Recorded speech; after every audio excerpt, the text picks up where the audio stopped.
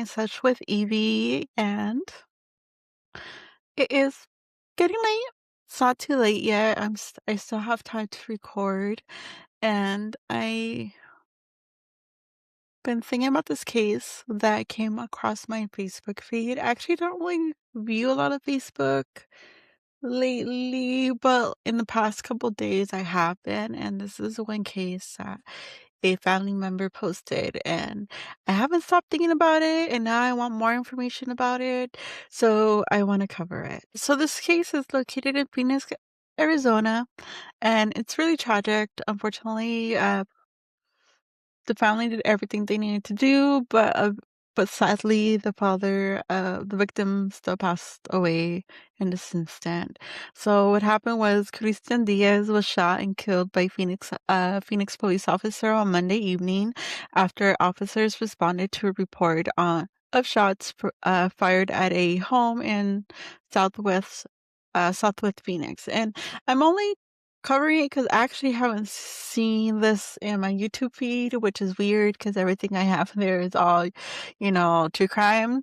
And I think most of it is probably because the video hasn't came out yet, but I think this is a story that needs to be told. So I want to go back to telling Christian's story. So he was shot on Monday, which was this past Monday, not this past Monday. So I believe it was Monday the 26th that he passed away on January 26th, Monday. This incident happened in his home. And according to multiple family members, the man who broke into their house or to their home wasn't a stranger. It was a landlord's adult son. He shot one of Diaz's son in the ankle before forcing his way inside. Diaz subdued the intruder, tackled him, and disarming him, and family members reportedly told responding officers that Diaz was holding the shooter down with when police arrived. Despite those, besides them verbally telling the police that Diaz was subduing the intruder, an officer still fired through the open doorway and it struck Diaz, apparently mistaking him for the gunman. Family says the shot hit him in the jaw and he died at the scene. The department's statements so far only acknowledge that an officer fired a round and one man was pronounced dead at the scene. They have not confirmed whether Diaz was mistakenly shot instead of the intruder. So that I know of, there's no video of the incident yet. Hopefully they're still doing their investigation, due diligence for sure. And let's watch together because I actually have not seen this in my news. If it wasn't in the news, again, I don't watch the news. I don't trust my news. But my YouTube didn't come out. Oh, I forget that I'm in Southern California, so it's most likely the reason why it didn't come out on my feed. But it still makes me upset because, like most other bigger networks, would already at least do, a quick section until they start gathering more information. They at least, start letting us know this case started kind of sense. But anyways, let's do this. Let me get a video ready for us. Give me 1 second. I think I want to do mm,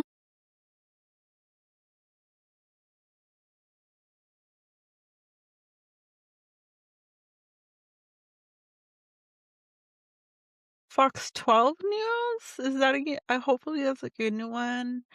It's the one that I think has the longest because I'm hoping it has a little bit more information. So, a lot of the other videos on YouTube I see are like a quick, I don't know, like a quick 2 1-minute video, and I really don't want 1 or 2 minute videos. I want as much as information as I could gather. So let's go ahead and listen to 12 News. The title of the YouTube video is called "A Block Phoenix Family Claims Police Mistakenly Kill Their Loved One Governed Race Shakeup." Oh, is this two in one or I guess we'll see. You know what? Let's just see both. Let's see what they have. Sorry, I have to share, guys. I have to share the video first. Okay, guys, let's go ahead and start watching. Oh, let me put captions on. You know me, I can't watch anything without captions. Okay, let's go. Good evening. Tonight we're hearing from the widow of the man who says that she says was mistakenly shot and killed by Phoenix police. Thanks for joining us. And again, I have not watched the videos. I haven't watched any news feeds. This is the first time I'm actually been hearing about this case. Like, you know, a police accidentally shot someone. You assume it would be a little bit more spread out. Like, I know everything's going on with the Epstein files, but still, we still need to spread this type of awareness. Like, this is like what happened? Like, what fell between the police communication that they didn't understand the family saying, "Hey, my husband subdued the intruder."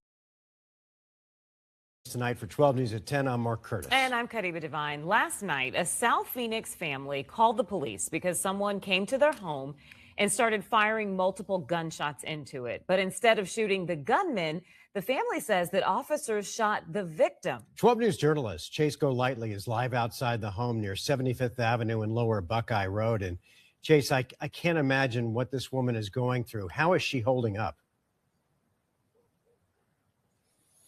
Well, Mark Kriba, I'll tell you, the family is absolutely devastated by this situation. Within the past couple hours, they actually created a small candlelight vigil for their loved one, who they identify as Cristian Diaz. Now, they say the suspect who fired all these gunshots originally is their landlord's son. And tonight, only on 12 News, we're speaking with that landlord about this whole situation. The Gonzalez family boarding up the windows to their home from a shooting where dozens of rounds were fired inside and out. What? Mariana Gonzalez, her husband Cristian Diaz, and their young kids were all inside when those shots were fired. She says they all got to the floor and Diaz called 911, the bullets passing right above their heads. And another blast came in and I heard my son scream. They hit me. They hit me in the foot. They hit me. When all of a sudden, she says the gunman, who they identify as their landlord's son, came in through the back door, saying he would kill them. Another man inside the home tackled the gunman, knocking the gun away. Diaz and that man held the suspect until officers arrived. Gonzalez says she ran outside and told the officers that the attacker was on the ground, being restrained by her husband. Then the officer fired into the doorway. She says that bullet didn't hit the man who caused all this chaos, but her husband. He shot him without mercy. He didn't say, raise your hands. He didn't say, move away from him. He didn't say anything at all. He just shot him. The family devastated, telling Diaz to get up, but said he wasn't moving. Officers then detained the gunman, taking him and the 19-year-old to the hospital. The family says Diaz died. It's not fair. It's not fair that my own husband was calling for help and they're the ones that killed him. Imagine doing the right thing and still getting killed. That's unacceptable.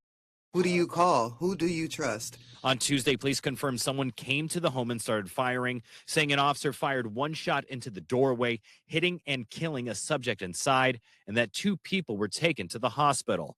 They did not say if the person they shot was the gunman. 24 hours after the shooting, we spoke with Ruperto Garcia, the landlord, claiming it was his 33-year-old son that fired all these shots, saying the attack was random, that his son has a history of violence.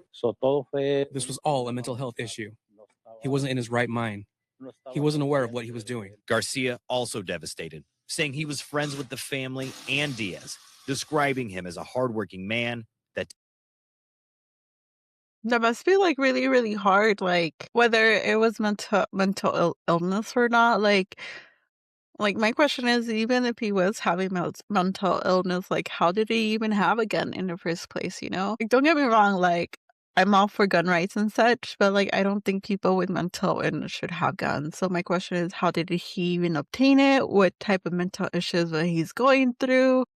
And I definitely want to submit a free what is it called, a Freedom of Information Act, so I could get more information on this case. I want to know if there's maybe any police videos so I could show you guys. Hopefully, if there's anything more, maybe I could do a deep dive for the for filed under true crime after the baby manual case. So let me know if you guys want that in the comments. But but yeah, like I definitely want to know more information about this case for sure. Did not deserve this. There was a death, the destruction of their family and ours. I feel a bit sad, confused still. The family holding this vigil outside their home for Diaz, not knowing what's going to happen next, just that their loved one is gone. The Gonzalez family telling me they are calling for justice and transparency in this investigation, which is now being handled by the Arizona Department of Public Safety. Earlier today, we did reach out to them for more information on the situation. They said that they can't provide it at this time. We did also reach back out for Phoenix Police regarding the claims being made by this family, but we haven't heard from them at this time. We also don't know if the suspected gunman, again, being claimed by the family, is currently in custody. We also have a lot of questions about the situation that we are still working on getting answers to. We're live in South Phoenix. Chase Golightly, 12 News. Hopefully we get more justice for Cristian Diaz. Hopefully we get more information. Once I submit a Freedom of Information Act, hopefully I could get more info for you guys if you guys want more information. I definitely want more, and I don't know why I keep repeating myself. So I'm definitely gonna cut it short there, and let's see what else brings. Like, but wow, like that's incredible. Like, look, like seriously, like my end question is why didn't the police communicate to each other if the family said that they told the police, maybe the dispatcher? I know there's more to it. Maybe they told the dispatcher, and maybe the dispatcher didn't communicate with with the officers. I just don't know. And again, we want to know, so hopefully we get more information regarding the case. Um, Definitely justice for Cristian Diaz, and his family definitely deserves answers, and I hope they get them sooner than later. So have a good night, guys. We'll talk to you soon in the next video. Bye.